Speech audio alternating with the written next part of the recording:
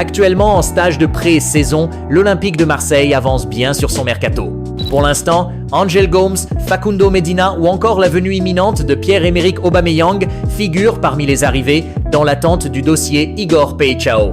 Et pour pouvoir faire d'autres mouvements, la direction phocéenne devait s'occuper des sorties. Et comme nous l'avions révélé, Rennes est tombé d'accord avec l'OM pour attirer le défenseur gauche de 23 ans, Quentin Merlin et le milieu de 30 ans, Valentin Rongier, pour un montant de 22,5 millions d'euros, bonus inclus. Et si le départ de Quentin Merlin était déjà dans les tuyaux, celui de Valentin Rongier étonne un peu plus.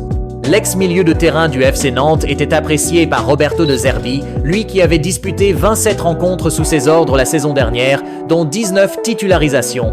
Mais pourtant, le deal est bel et bien bouclé et le joueur a quitté le stage olympien aux Pays-Bas pour pouvoir se rendre à Rennes et y passer sa visite médicale. Mais concernant ce transfert, Roberto De Zerbi a accepté de se montrer très transparent. Dans un entretien accordé à l'équipe, l'entraîneur italien explique que tout remonte à fin janvier, après le match fou remporté contre l'OL et une offre proposée au milieu de 30 ans. Nous décidons de prendre Ismaël Bennacer. À table, Pablo, Mehdi et moi, nous décidons tous les trois ensemble de faire une offre de prolongation à Rongier de 2 ans. Parce que je le considérais comme une chose juste, a-t-il raconté. Et a expliqué que tout s'est ensuite accéléré après le refus de cette prolongation.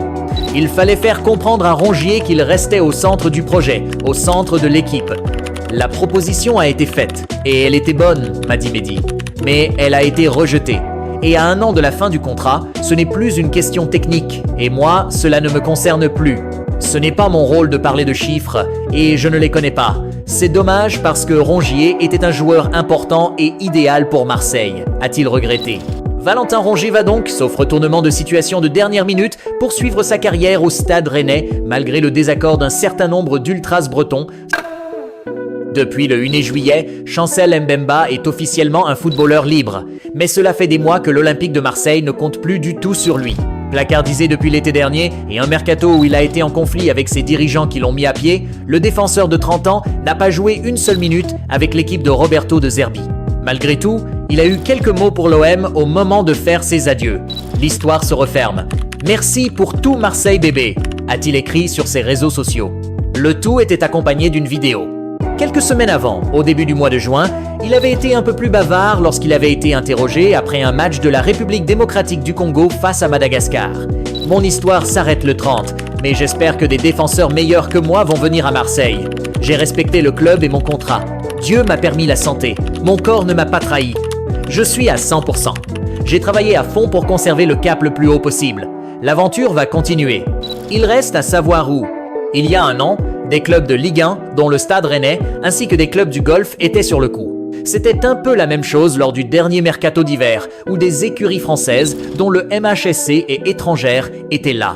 Mais le natif de Kinshasa ne voulait pas quitter la cité phocéenne en pleine saison, même si on ne comptait plus sur lui et qu'il était engagé dans un bras de fer avec sa direction. Cet été 2025, plusieurs candidats se sont manifestés puisque Mbemba est sans contrat à ce jour.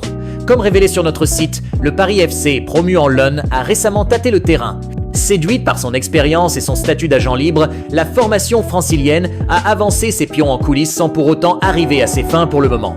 Des clubs du Golfe, notamment en Arabie Saoudite, ont aussi pris la température. Mais ils ont lâché l'affaire. Tous se heurtent au rock Mbemba. Selon nos informations, le joueur a de grosses exigences, puisqu'il souhaite un salaire supérieur à celui qui touchait à l'OM, environ 320 €. Il demande aussi au club intéressé une confortable prime à la signature. Sauf que les écuries ne souhaitent pas mettre autant, surtout que Mbemba n'a pas joué toute la saison dernière avec le groupe pro olympien. Il s'est entraîné notamment avec la réserve. Il a pu avoir du temps de jeu lors des trêves internationales, puisqu'il a joué des matchs avec la République démocratique du Congo. Tout cela ne plaide donc pas en sa faveur au moment de négocier. Mais le défenseur se montre ferme et exigeant financièrement. Les portes se referment les unes après les autres, même s'il reste encore du temps pour trouver un point de chute. Mais d'après nos informations, le défenseur veut rester en Europe. Il est serein et pense qu'il va trouver un club. Lui qui peaufine sa préparation en attendant de dégoter un projet à la hauteur de ses attentes. L'Olympique de Marseille est en plein cœur de sa montée en régime estival, entre matchs de préparation et mercato en mouvement. Après une première victoire face à Excelsior Maasluis et un nul accroché contre Charleroi, les automatismes commencent à se dessiner, tout comme les contours d'un effectif en pleine évolution. Pour Roberto De Zerbi, cette deuxième saison à la tête de l'OM doit marquer un tournant. Fini les circonstances atténuantes, l'heure est à la confirmation.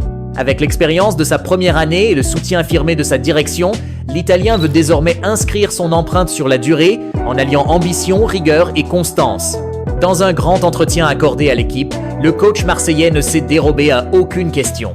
Objectif clair, vision de jeu assumée, attente envers ses joueurs, lecture lucide des lacunes de la saison passée, De Zerbi déroule une feuille de route sans équivoque.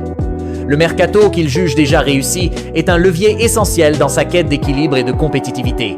Car l'enjeu est double, bâtir un 11 fort bien sûr, mais aussi disposer d'un groupe capable de répondre présent sur l'ensemble d'une saison. À la veille d'un exercice qui s'annonce intense, le message est limpide, l'OM n'a plus le droit de jouer à réaction. Il est temps de construire dans la durée et de viser haut. Interrogé sur les objectifs de la saison à venir, De Zerbi ne se cache pas. Pour lui, la qualification en Ligue des Champions doit devenir une habitude, même s'il sait que le chemin est encore semé d'obstacles dans un championnat de plus en plus relevé. Cela devrait être une chose normale si on considère la ville, le club, son public. Si tu considères les résultats des dernières années, ce n'est pas si normal. Je crois qu'on a fait un championnat superbe la saison dernière. Malheureusement, nous n'avons jamais réussi à rivaliser avec le PSG, mais en Europe, personne n'a réussi à le faire. Aujourd'hui, quand je repense à la pré-saison de l'été dernier, nous avions peu de joueurs. Nous n'avions pas la structure club que Pablo et Mehdi sont en train de reconstruire. Nous faisons tout pour que la qualification en Ligue des Champions soit une normalité tous les ans. Ce n'est pas simple, parce qu'il y a Monaco, Lille, Lyon, Nice, Strasbourg cette année, Lens ou Brest avant. Mais c'est l'objectif. Cette année, l'objectif est de se qualifier pour la Ligue des Champions et de faire une bonne Ligue des Champions. Et lorsqu'on évoque le duel face au PSG, l'Italien répond sans détour, chiffre à l'appui. Pour lui, parler de classique n'a plus vraiment de sens tant l'écart entre les deux clubs est encore grand. Mais l'objectif reste clair, se rapprocher et surtout rivaliser. Nous voulons rivaliser avec Paris mieux que ce que nous avons fait la saison dernière. Je ne dis que le PSG est plus grand que l'OM. Je dis qu'ils ont eu jusqu'à maintenant plus de force que l'OM. Ce n'est pas moi qui le dis. Le Classico, c'est Juve-Inter, sur 10 rencontres, 4 victoires de l'Inter, 5 de la Juve et un nul. Le classique PSG-OM, sur 23 matchs, 19 victoires de Paris, 3 nuls et 1 victoire de l'OM. Pour moi, ce n'est pas un Classico.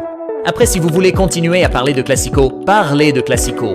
Quand on joue contre le PSG, nous voulons gagner, nous voulons rivaliser, mais la vérité, elle est là. Paris, la saison dernière, a été imbattable ou presque. Et ce Paris, qui n'avait pas Kylian Mbappé, ni Lionel Messi, ni Neymar, était plus une équipe que celui d'avant.